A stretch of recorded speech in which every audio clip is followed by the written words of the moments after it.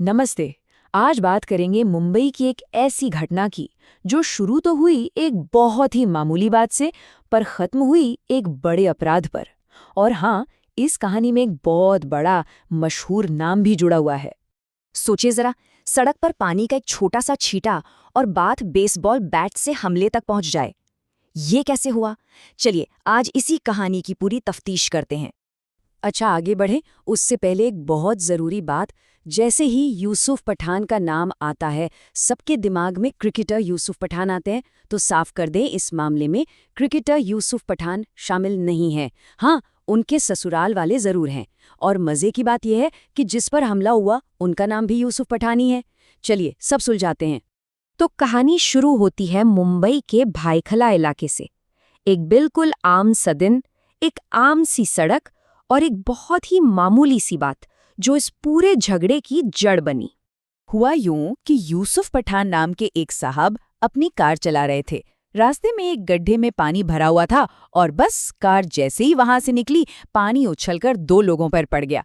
ये दो लोग थे खालिद पठान और शोएब खान। और जैसा हमने बताया, ये दोनों पूर्व क्रिकेटर यूसुफ पठान के ससुराल वाले हैं। बस पानी का छींटा पड़ना था कि बात बढ़ गई, और इतनी बढ़ी कि सिर्फ जुबानी बहस नहीं रही, बल्कि हाथ पैर चलने की नौबत आ गई। अब देखिए हालात कैसे बिगड़े। पहले तो दोनों पक्षों में कहा-सुनी हुई। फिर जो कार में थे, मतलब यूसुफ पठान और उनके परिवार वाले, उन्होंने गाड़ी रोकी और माफी भी मांगी, मतलब मामला सुलझाने की कोशिश की। पर उनकी माफी को माना नहीं गया और उल्टा बांस के डंडे से उनकी कार का विंडशील्ड ही तोड़ दिया गया। इस बारे में जो पीड़ित हैं, उनके भाई सलमान ने क्या कहा वो सुनिए। उनका कहना है, हमने गाड़ी रोककर माफी मांगी, लेकिन शोएब ने सुनने से ही इनकार कर दिया और हमारी कार का शीशा तोड़ दिया। तो ये है पीड़ित पक्ष का नजरिया। यहां तक तो बात फिर भी ठीक थी, लेकिन इसके बाद जो हुआ वो वाकई डराने वाला था। झगड़ा अब दो चार लोगों का नहीं रहा, बल्कि एक पूरे ग्रुप ने मिलकर हमला कर दिया। पुलिस में जो शिकायत दर्ज हुई है, उसके हिसाब से पीड़ित परिवार ने पुलिस स्टेशन जाने की कोशिश की, लेकिन रास्ते में ही करीब 8 से 9 लोगों ने उन्हें घेर लिया। और इन लोगों के हाथ में बांस के डंडे थे और एक बेसबॉल बैट भी था। फिर परिवार के तीनों लोगों को पीटा गया और जाते जाते उन्हें जान से मारने की धमकी भी दी गई।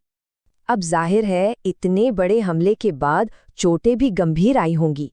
चलिए देखते हैं कि इस हिंसा का अंजाम क्या हुआ। सिर्फ एक नंबर, और ये नंबर ही इस हमले की गंभीरता बताने के लिए काफी है। डॉक्टरों का कहना है कि एक पीड़ित के हाथ में जो फ्रैक्चर हुआ है, उससे ठीक होने में पूरा 1 साल लग सकता है। इस हमले के बाद तीनों घायलों को मुंबई के जे हॉस्पिटल में एडमिट कराया गया, जहां उनका इलाज चल रहा है। तो सड़क पर हुई ये लड़ाई अब पुलिस और कोर्ट कचहरी तक पहुंच चुकी है। तो अब जरा कानूनी पहलू पर भी नजर डालते हैं। तो पीड़ित पक्ष ने कुल 4 लोगों पर आरोप लगाया है। इनमें से खालिद पठान, शोएब खान और उम्रशाद खान को पुलिस ने गिरफ्तार कर लिया है।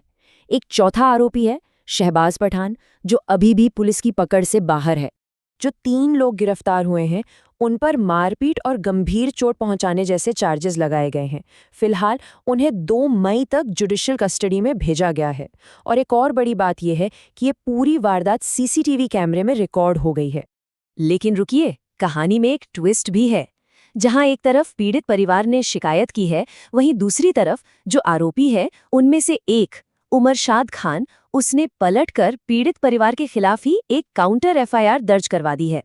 हालांकि इस दूसरी एफआईआर पर अभी कोई गिरफ्तारी नहीं हुई है, तो अब ये केस दो तरफा हो गया है। तो ये पूरी घटना हमें एक बहुत बड़े सवाल के सामने लाकर खड़ा कर देती है। हमारे भीड़-भाड़ वाले शहरों में जहाँ छोटी-मोटी नोक-झोंक तो होती ही रहती है, आखिर वो कौन सी लाइन है जिसे पार करते ही एक मामूली सी चिढ़ एक बड़े अपराध में बदल जाती है? इस पर सोचना तो बनता है।